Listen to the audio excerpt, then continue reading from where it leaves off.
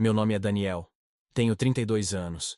E achei que conhecia minha família até descobrir que tudo o que eu acreditava era uma mentira cuidadosamente construída. Minha esposa Amanda me abandonou por causa de uma herança milionária que nem existia.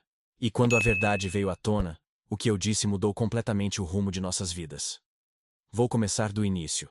Amanda e eu nos conhecemos há 6 anos durante um curso de especialização em marketing digital. Ela estava sentada na primeira fila, sempre fazendo as perguntas mais inteligentes, e eu estava no fundo da sala tentando não dormir depois de um dia exaustivo no escritório. Durante o intervalo, ela veio até mim e perguntou se eu tinha entendido a parte sobre análise de métricas. Honestamente, eu não tinha entendido nada. Mas menti dizendo que sim, só para continuar conversando com ela. Começamos a estudar juntos, e em poucas semanas éramos inseparáveis. Amanda era tudo o que eu sempre procurei: ambiciosa, inteligente, engraçada e com uma paixão genuína por construir algo próprio. Ela trabalhava como consultora de marketing para pequenas empresas e sonhava em abrir sua própria agência. Eu estava no departamento financeiro de uma empresa de tecnologia. Trabalho estável, mas nada emocionante. Nossa vida juntos era perfeita. Ou pelo menos eu pensava que era. Morávamos em um apartamento aconchegante no bairro de Vila Madalena. Tínhamos nossa rotina de fins de semana explorando novos restaurantes e viajando para o interior sempre que possível. Amanda sempre falava sobre nossos planos futuros. Expandir a consultoria dela, talvez ter filhos em alguns anos, comprar uma casa com quintal para nosso gato, Whiskers. O pedido de casamento aconteceu durante uma viagem para Campos do Jordão. Amanda adorava o frio e aquela atmosfera europeia da cidade. Eu havia planejado tudo nos mínimos detalhes. Jantar em um restaurante romântico, caminhada até um mirante com vista para as montanhas, e o anel que eu havia escolhido com a ajuda da melhor amiga dela, Carla. Quando me ajoelhei ali no mirante, com as luzes da cidade cintilando abaixo de nós, Amanda começou a chorar antes mesmo de eu terminar o discurso. Ela disse sim entre lágrimas e risos. E eu me senti o homem mais sortudo do mundo. O casamento foi uma celebração íntima em um sítio na região de Atibaia. Amanda sempre preferiu algo mais reservado, apenas família e amigos próximos. Lembro de olhar para ela caminhando em direção ao altar com aquele vestido simples mas elegante que ela havia escolhido, e pensar que finalmente tudo estava se encaixando na minha vida. Tínhamos planos, sonhos compartilhados, e pela primeira vez eu sentia que tinha encontrado minha verdadeira companheira. Os primeiros meses de casamento foram exatamente como eu esperava. Amanda estava expandindo sua consultoria, eu havia recebido uma promoção no trabalho e estávamos procurando uma casa maior. Tudo parecia estar caminhando perfeitamente até aquele dia de março, quando tudo desmoronou. Era uma quinta-feira à noite, e eu havia chegado mais cedo do trabalho para preparar uma surpresa para Amanda. Era nosso aniversário de 6 meses de casamento. E eu havia comprado uma garrafa do vinho que tomamos na nossa lua de mel em Gramado. Estava arrumando a mesa quando Amanda chegou com uma expressão estranha no rosto. Ela parecia agitada, mas também eufórica, como alguém que acabou de receber uma notícia importante. Precisamos conversar, ela disse, largando a bolsa no sofá. Meu primeiro pensamento foi que talvez ela estivesse grávida. Havíamos conversado sobre começar a tentar em breve, então não seria uma surpresa total. Mas o que ela me contou em seguida estava muito longe do que eu esperava. Amanda me contou sobre uma ligação que havia recebido mais cedo naquele dia. Era de um advogado em Ribeirão Preto, uma cidade onde ela nunca havia estado. Aparentemente, uma tia-avó dela, chamada Evangelina, havia falecido recentemente e deixado Amanda como única herdeira de uma fortuna considerável. A tia-avó era irmã do avô de Amanda, alguém que ela conhecia apenas por histórias da família. Segundo o advogado, Evangelina havia sido uma mulher muito reservada que nunca se casou nem teve filhos. Ela havia investido em imóveis durante décadas e acumulado um patrimônio avaliado em cerca de 15 milhões de reais. O advogado explicou que Evangelina havia seguido a vida de Amanda através de outros parentes e ficou impressionada com sua determinação em construir o próprio negócio. Amanda estava visivelmente emocionada enquanto me contava tudo isso. Ela falava sobre como isso mudaria nossas vidas, como poderíamos expandir a consultoria dela, viajar pelo mundo, talvez investir em outros negócios. Eu deveria estar animado. Mas alguma coisa não parecia certa. Talvez fosse minha formação em finanças. Mas aquilo soava como uma daquelas fraudes que você vê nas notícias. Perguntei a Amanda se ela havia verificado a legitimidade do advogado, se havia solicitado documentos comprobatórios, se havia conversado com outros familiares sobre essa tia-avó misteriosa. Amanda ficou um pouco defensiva e disse que não havia motivo para desconfiar. O advogado havia mandado fotos da documentação por e-mail, e tudo parecia oficial. Mas havia um problema. Para receber a herança, Amanda precisaria se mudar temporariamente para Ribeirão Preto para resolver questões burocráticas relacionadas aos imóveis. O processo poderia levar alguns meses, e a presença dela seria necessária para a assinatura de documentos e liberação dos bens. Foi quando as coisas começaram a ficar estranhas. Amanda sugeriu que ela deveria ir sozinha, que seria mais fácil para resolver tudo rapidamente. Quando perguntei por que eu não poderia ir junto, ela disse que o advogado havia mencionado que o processo seria mais ágil se apenas a herdeira direta estivesse envolvida. Aquilo não fazia nenhum sentido legal, mas ela parecia convencida. A discussão que tivemos naquela noite foi uma das piores da nossa relação. Eu tentei explicar que aquilo soava como um golpe elaborado, que pessoas não recebem heranças milionárias de parentes que nunca conheceram pessoalmente. Amanda acusou-me de ser pessimista e não apoiar seus sonhos.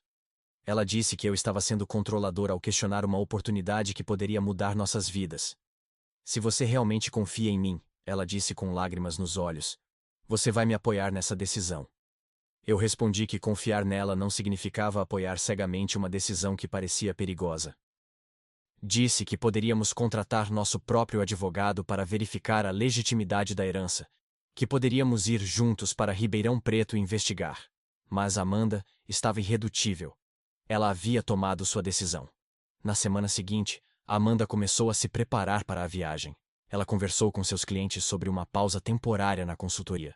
Começou a pesquisar apartamentos para alugar em Ribeirão Preto e parecia completamente absorvida pelos preparativos. Eu tentei mais algumas vezes convencê-la a investigar melhor a situação, mas ela estava determinada. A despedida no aeroporto foi tensa.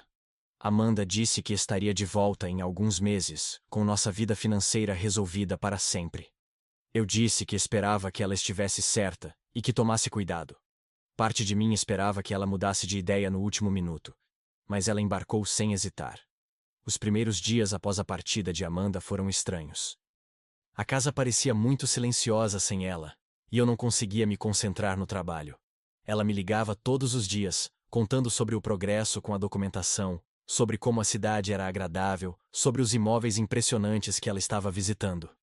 Tudo parecia estar correndo bem, e eu comecei a pensar que talvez estivesse errado sobre a situação.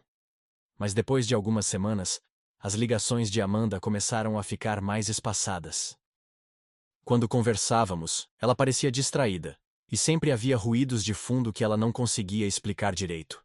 Quando perguntei se poderia visitá-la, ela disse que seria melhor esperar até que tudo estivesse resolvido. Foi aí que minha suspeita realmente despertou. Decidi fazer minha própria investigação. Consegui o nome do advogado através dos e-mails que Amanda havia me mostrado e tentei encontrar informações sobre ele online. O que descobri me deixou em choque. Não havia nenhum registro de um advogado com aquele nome em Ribeirão Preto. O escritório mencionado não existia, e o número de registro na OAB era falso. Tentei ligar para Amanda imediatamente, mas ela não atendia.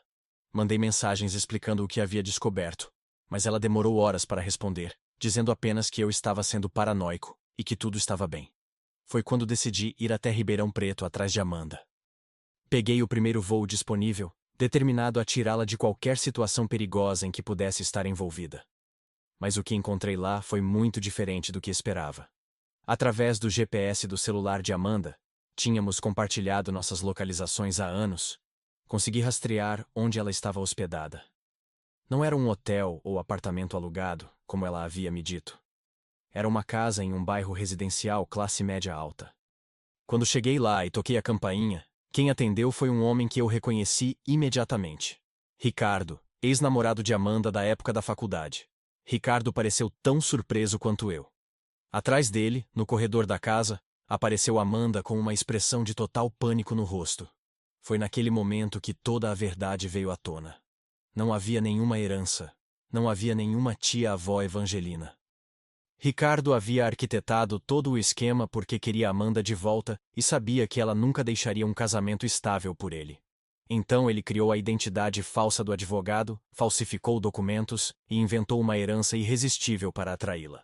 Ricardo trabalhava em uma empresa de tecnologia e tinha conhecimentos suficientes para criar websites falsos, documentos que pareciam oficiais e até mesmo um escritório virtual que redirecionava ligações para seu celular. Ele havia estudado cada detalhe da vida de Amanda através das redes sociais e criado uma história convincente sobre a tal tia-avó. O plano dele era gradualmente revelar que a herança era mais complicada do que parecia, que levaria mais tempo para ser liberada, e durante esse período reconquistar Amanda. E, pelo que pude perceber, estava funcionando. Amanda tentou explicar que não havia acontecido nada entre eles, que ela realmente acreditava na herança e estava apenas tentando resolver a situação. Mas estava claro que ela estava confusa e que Ricardo havia conseguido plantar sementes de dúvida sobre nosso casamento. A discussão que tivemos naquela casa foi devastadora. Amanda estava furiosa comigo por ter invadido sua privacidade, rastreando sua localização. Ricardo tentou justificar suas ações dizendo que era apaixonado por Amanda desde a faculdade e que eu não a merecia. E eu estava tentando entender como minha esposa havia sido capaz de abandonar nosso casamento por uma herança duvidosa, sem ao menos me consultar. Foi quando eu disse as palavras que mudaram tudo. Amanda, se você fosse capaz de me deixar por dinheiro, que tipo de casamento nós realmente tínhamos? Ela ficou em silêncio por um longo momento, e pude ver em seus olhos que minha pergunta havia atingido algo profundo. Ricardo tentou intervir, dizendo que eu estava sendo injusto, mas Amanda o mandou calar a boca. Você tem razão, ela disse finalmente. Eu abandonei nosso casamento na primeira oportunidade de ter uma vida mais fácil. Isso não é amor, é conveniência. O que aconteceu depois foi uma sequência de eventos que nenhum de nós esperava. Amanda confrontou Ricardo sobre toda a farsa, e ele admitiu tudo sem demonstrar qualquer remorso. Ele disse que faria tudo de novo se isso significasse ter uma chance com ela. Amanda ficou horrorizada ao perceber o quão manipulada havia sido, mas também devastada ao reconhecer suas próprias motivações. Voltamos para São Paulo no mesmo voo, mas sentados separados. Amanda estava processando tudo o que havia acontecido. E eu estava tentando decidir se nosso casamento poderia sobreviver a essa traição da confiança. Durante as semanas seguintes, Amanda tentou se redimir. Ela fechou temporariamente a consultoria para focar em nossa relação, sugeriu terapia de casal, até mesmo ofereceu um pré-nupcial que protegesse meus bens caso algo assim acontecesse novamente. Mas eu não conseguia esquecer a facilidade com que ela havia abandonado nossa vida juntos por uma promessa de dinheiro. Foi durante esse período conturbado que descobri algo que mudaria tudo novamente. Enquanto organizava os documentos que Amanda havia trazido de Ribeirão Preto, encontrei alguns papéis que Ricardo havia esquecido de destruir. Entre eles, havia evidências de que ele havia usado informações confidenciais de ex-clientes de Amanda para criar perfis falsos em sites de investimento, aplicando golpes similares em outras pessoas. Levei essas evidências para a polícia, e uma investigação foi aberta. Descobriu-se que Ricardo havia lesado pelo menos outras 15 pessoas com esquemas parecidos, sempre se passando por advogados ou corretores de imóveis. O prejuízo total das vítimas passava de R$ 2 milhões. Quando Amanda soube que tinha ajudado involuntariamente Ricardo a aplicar golpes em outras pessoas, ela ficou destroçada. A culpa que ela já sentia por ter abandonado nosso casamento se multiplicou ao perceber que sua ingenuidade havia contribuído para que outras famílias fossem prejudicadas. Foi nesse momento que tomei uma decisão que surpreendeu a todos, incluindo a mim mesmo. Em vez de pedir o divórcio, como todos esperavam, propus que Amanda usasse sua experiência para ajudar as outras vítimas de Ricardo. Ela tinha conhecimento em marketing digital e poderia ajudar essas pessoas a reconstruir suas reputações e negócios que haviam sido prejudicados. Amanda aceitou imediatamente. Ela transformou sua consultoria em uma organização sem fins lucrativos, focada em ajudar vítimas de fraudes financeiras. Trabalhava incansavelmente, não apenas para reparar o dano que involuntariamente havia causado, mas também para encontrar uma forma de dar sentido ao que havia acontecido. Mas nossa história ainda não havia terminado. Cerca de 6 meses depois de todo o episódio com Ricardo, quando eu finalmente estava começando a confiar em Amanda novamente, ela chegou em casa com uma expressão que eu reconheci imediatamente. Era a mesma expressão daquela noite quando ela me contou sobre a herança falsa. "Preciso te contar uma coisa", ela disse, e meu coração disparou. Desta vez, não era sobre dinheiro ou heranças misteriosas. Amanda estava grávida. 3 meses de gravidez, para ser mais preciso. Ela havia descoberto há semanas, mas estava com medo de me contar por causa de tudo o que havia acontecido entre nós. Fiquei em silêncio por um longo momento, processando a notícia. Parte de mim estava eufórica. Sempre quisemos ter filhos. Mas outra parte estava aterrorizada com a ideia de criar uma criança em meio a toda a instabilidade que nossa relação havia vivido nos últimos meses. "Você quer esse bebê?" perguntei. "Mais do que qualquer coisa no mundo", ela respondeu sem hesitar. "Mas só se você quiser também. Não quero criar nosso filho em um lar onde não há confiança." Foi uma das conversas mais difíceis e honestas que já tivemos. Falamos sobre medos, sobre esperanças, sobre como reconstruir nossa relação de uma forma mais sólida desta vez. Decidimos que queríamos tentar, mas com condições claras sobre transparência e comunicação. A gravidez de Amanda foi um período de renovação para nós. Fizemos terapia de casal regularmente, estabelecemos limites claros sobre finanças e decisões importantes, e lentamente reconstruímos a confiança que havia sido quebrada. Não foi fácil, e houve momentos em que achei que não conseguiríamos. Nosso filho, Miguel, nasceu em uma manhã ensolarada de dezembro. Quando o segurei pela primeira vez, chorando no quarto do hospital, soube que tudo pelo que havíamos passado valeu a pena. Amanda olhou para nós dois e disse: "Agora somos uma família de verdade." Ricardo foi condenado a 6 anos de prisão e teve que pagar indenização para todas as vítimas. Ironicamente, a organização que Amanda criou para ajudar as vítimas dele se tornou uma referência nacional no combate a fraudes financeiras. Ela encontrou sua verdadeira vocação, ajudando pessoas que passaram por situações similares à nossa. Hoje, 2 anos depois do nascimento do Miguel, posso dizer que temos um casamento mais forte do que nunca. Não porque passamos por dificuldades, mas porque aprendemos a enfrentá-las juntos. Amanda nunca mais tomou uma decisão importante sem me consultar, e eu aprendi a confiar novamente, mas com os olhos abertos. A organização dela agora tem uma equipe de 15 pessoas, e já ajudou mais de 300 famílias a se recuperarem de golpes financeiros. Miguel está crescendo em um lar onde há honestidade, confiança e muito amor. E eu descobri que às vezes as maiores traições podem levar às maiores transformações. Olhando para trás, percebo que se Amanda nunca tivesse caído no golpe de Ricardo, talvez nunca tivéssemos descoberto as fragilidades do nosso relacionamento. Talvez nunca tivéssemos aprendido a nos comunicar de verdade, a confiar um no outro completamente, a construir algo mais sólido do que apenas conveniência e compatibilidade. A herança que Amanda pensou que havia recebido nunca existiu.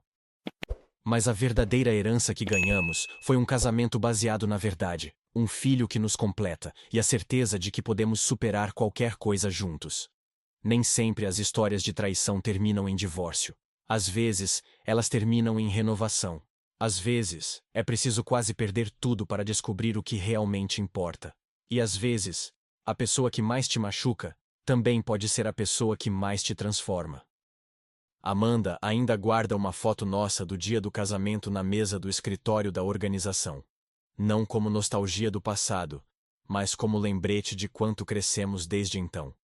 E quando Miguel perguntar sobre nossa história, vamos contar a ele sobre segundas chances, sobre perdão.